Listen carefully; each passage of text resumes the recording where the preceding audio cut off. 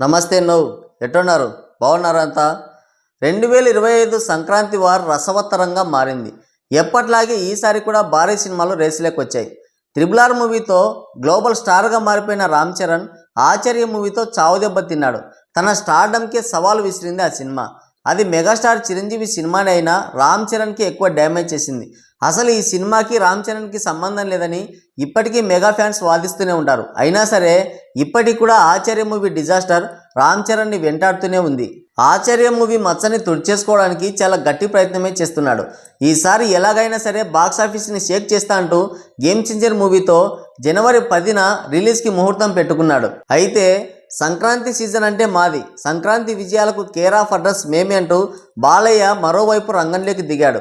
Mass commercial director Bobby డైరెక్షన్లో high బడ్జెట్లో బందిపోటు దొంగగా రూపొందించిన డాకు మహారాజ్ అనే మూవీతో జనవరి 12న మన ముందుకు రాబోతున్నాడు. ఈ సినిమా పైన నెవర్ బిఫోర్ ఎక్స్పెక్టేషన్స్ ఉన్నాయి ట్రేడ్లో. మరోవైపు వెంకటేష్ కూడా రంగంలోకి దిగాడు. సంక్రాంతి సీజన్లో ఫ్యామిలీ ఆడియన్స్ని టార్గెట్గా చేసుకొని సంక్రాంతికి వస్తున్నామనే టైటిల్తో ఇదే రేసులోకి దిగాడు. ఈ సంక్రాంతికి ముక్కోన పోటీ ఉన్న అసలైన box office war Daaku Maharaj game changer మధ్యనే ఉండబోతున్నాయి. మరి ఈ సంక్రాంతికి విజేత ఎవరు, ఎవరి డామినేషన్ బాక్సాఫీస్ పైన ఎక్కువగా ఉండబోతుందనేది ఇప్పుడు తెలుసుకుందాం. ముందుగా రామ్ చరణ్ నటించిన గేమ్ చేంజర్ సినిమా విషయానికి వస్తే ఈ సినిమా హిట్ అవ్వడం చాలా కష్టం. ఈ మాట చెప్తే చాలామంది ఏడుస్తారేమో, కానీ ఇదే నిజం. హై బడ్జెట్లో రూపొందించిన పాన్ ఇండియా సినిమాలకి సోలో రిలీజ్ కావాలి. ఒకవేళ పోటీలో రిలీజ్ అయితే భారీ నష్టం తప్పదు. గతంలో మనం సలార్ వర్సెస్ డంకీ క్లాష్ చూసాం. ఏ సినిమాకు కూడా సరైన ఫలితం దక్కలేదు, భారీగా నష్టపోయాయి ఈ సినిమాలు. ఇప్పుడు రిలీజ్ అవుతున్న గేమ్ చేంజర్ మూవీకి ట్రేడ్లో అసలు హైపే లేదు. సాంగ్స్ అని, టీజర్ అని, ప్రమోషన్లని ఏదేదో చేస్తున్నారు, కానీ ట్రేడ్లో ఇప్పటి వరకు జీరో హైప్ ఉంది. అసలు ఈ సినిమా ఉందన్న విషయం కూడా చాలామందికి తెలియదంటే నమ్ముతారా మీరు? రీసెంట్గా రామ్ చరణ్ గేమ్ చేంజర్ మూవీకి ఓవర్సీస్లో ప్రీ బుకింగ్స్ ఓపెన్ చేశారు. 396 లొకేషన్స్లో 1000 ప్రీమియర్ షోలకి ప్రీ బుకింగ్స్ ఓపెన్ చేస్తే ఇప్పటి వరకు కేవలం $2,40,000 మాత్రమే కలెక్ట్ చేసింది. Very poor response. భారీగా ఖర్చు పెట్టి భారీ ప్రీ రిలీజ్ ఈవెంట్ చేసినా సరే టికెట్లు అమ్ముడుపోవడం లేదు, హైప్ రావడం లేదు. అసలు పాన్ ఇండియా సినిమా కాదు కదా, కనీసం ఒక మిడ్ రేంజ్ హీరో సినిమాకు వచ్చే కనీస స్పందన కూడా ఈ సినిమాకు రావడం లేదు. ఎందుకు ఇలా జరుగుతుందంటే షూటింగ్ బాగా డిలే కావడం, ఇండియన్ 2తో శంకర్, ఆచార్య మూవీతో చరణ్ ఇద్దరు కూడా తమ ఫేమ్ మార్కెట్ని కోల్పోవడం, ఈ సినిమా నుండి రిలీజ్ అయిన సాంగ్స్ కానీ టీజర్ కానీ ఆడియన్స్ని అంతగా మెప్పించకపోవడం, చరణ్ స్టోరీ సెలెక్షన్ పైన, శంకర్ డైరెక్షన్ పైన ఎవరికి నమ్మకం లేకపోవడం, ఇవే ప్రధాన కారణాలు. ఈ సినిమా హిట్ అవ్వదని ఎందుకన్నానంటే ఈ సినిమాకి బజ్ లేకపోవడం, ఇక రెండోది ఈ సినిమాని అనేక సమస్యలు చుట్టుముట్టి ఉండడం.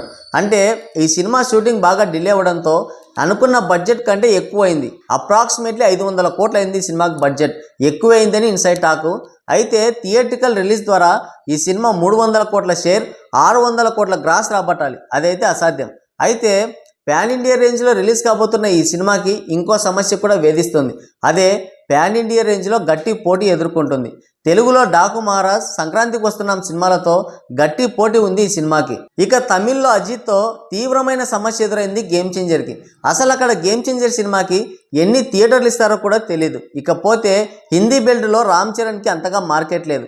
పైగా తన మంచితనంతో, సేవా కార్యక్రమాలతో మంచి పేరు సంపాదించుకున్న సోనూ సూద్ ఒక సినిమాతో క్లాష్కి రాబోతున్నాడు. ఇలా అన్ని చోట్ల రామ్ చరణ్ గేమ్ చేంజర్ మూవీకి తీవ్రమైన ఇబ్బందులు, గట్టి పోటీ ఉంది. సరే ఆ సినిమాల కంటే ఒక 2 రోజుల ముందు రిలీజ్ చేసి మంచి కలెక్షన్స్ రాబట్టవచ్చు అనుకుంటే తెలంగాణలో బెనిఫిట్ షోలు క్యాన్సిల్ చేశారు. టికెట్ హైక్స్ కూడా ఇవ్వమని కరాఖండిగా చెప్పారు. ఇక ఆంధ్రాలో కూడా అదే ఆలోచన చేస్తున్నట్టు సమాచారం. సో ఎటు చూసినా గేమ్ చేంజర్ మూవీ హిట్ అయ్యే సూచనలు కనిపించడం లేదు. హైప్ లేదు, తీవ్రమైన పోటీ, బెనిఫిట్ షోలు లేవు, టికెట్ హైక్స్ లేవు. ఓవరాల్గా ఈ సినిమా లాస్ అయ్యే అవకాశాలు మెండుగా ఉన్నాయి. ఇకపోతే డాకు మహారాజ్ వరుస విజయాలతో బాలయ్య ఫుల్ రైజింగ్లో ఉన్నాడు. ఒక విధంగా చెప్పాలంటే ఇవి బాలయ్యకు గోల్డెన్ డేస్ అనే చెప్పొచ్చు. ఏది పట్టుకున్నా బంగారం అవుతుంది, సక్సెస్ అవుతుంది, పాపులర్ అవుతుంది. సినిమాల్లో హ్యాట్రిక్, రాజకీయాల్లో హ్యాట్రిక్, బుల్లితెర షోలో హ్యాట్రిక్ సాధించాడు. సక్సెస్ మహత్యమో ఏమో తెలియదు, కానీ సినిమాలపైన ఆయన చాలా కేర్ తీసుకుంటున్నాడు. అఖండ మూవీ నుండి ఆయన స్టోరీ సెలెక్షన్ పూర్తిగా మారిపోయింది. గెటప్, స్టోరీ, లుక్స్ ఇలా ప్రతి దానిపైన పూర్తిగా కాన్సన్ట్రేషన్ చేశాడు. అందుకనే 3 విజయాలు కూడా దక్కించుకున్నాడు. ఇక ఇదే ఊపులో బాబీ డైరెక్షన్లో పర్ఫెక్ట్ మాస్ మూవీగా డాకు మహారాజ్ సినిమా చేశాడు. ఈ టీజర్ చూసి ఇట్టే చెప్పేయచ్చు, బాబీ బాలయ్యలోని మాస్ ఇమేజ్ని బ్యాలెన్స్ చేస్తూనే ఏదో కొత్తగా ట్రై చేస్తున్నాడని. మొదటి నుంచి కూడా ఈ సినిమా పైన భారీ అంచనాలే ఉన్నాయి. టైటిల్, టీజర్, సాంగ్స్ సినిమా పైన మరింత హైప్ని పెంచాయి. Balayya mark elevations, heroism, dialogue delivery అన్నీ కూడా పర్ఫెక్ట్గా కుదిరాయి. ఇకపోతే బాలయ్య మాస్ ఇమేజ్కి బాబీ టేకింగ్ తోడై తమన్ బీజిఎంతో ఓ రేంజ్లో కనిపిస్తోంది సినిమా. మాస్ ఆడియన్సే కాదు, ఫ్యామిలీ ఆడియన్స్ని కూడా తన వైపు లాక్కుంటున్నాడు బాలయ్య. ఈ సంక్రాంతికి రిలీజ్ అయ్యే సినిమాల్లో బాలయ్య నటించిన డాకు మహారాజ్దే మొదటి స్థానం. బాలయ్య ఫుల్ ఫామ్లో ఉండడం, ఆల్రెడీ బాబీ కూడా మంచి హిట్ ఇచ్చి ఉండడం, టీజర్ అండ్ సాంగ్స్ గట్టి ఇంపాక్ట్ని క్రియేట్ చేయడం ఈ సినిమా పైన భారీ అంచనాలే ఉన్నాయి. మాస్ ఆడియన్సే కాదు, ఫ్యామిలీ ఆడియన్స్ని కూడా తన వైపు లాక్కుంటున్నాడు బాలయ్య. ప్రజెంట్ సంక్రాంతికి రిలీజ్ అయ్యే సినిమాల్లో డాకు మహారాజ్దే మొదటి స్థానం. బాలయ్య ఫుల్ ఫామ్లో ఉండడం, బాబీ ఆల్రెడీ ఒక మంచి హిట్ ఇచ్చి ఉండడం, టీజర్ అండ్ సాంగ్స్ గట్టి ఇంపాక్ట్ క్రియేట్ చేయడంతో ఈ సినిమా పైన భారీ అంచనాలే ఉన్నాయి. ఈసారి బాలయ్య ఖచ్చితంగా 100 కోట్ల షేర్ మార్క్ని సాధిస్తాడని ట్రేడ్ లెక్క కడుతుంది. అయితే ఓవరాల్గా ఈ సంక్రాంతికి రిలీజ్ అయ్యే సినిమాల్లో బాలయ్యదే పైచేయి.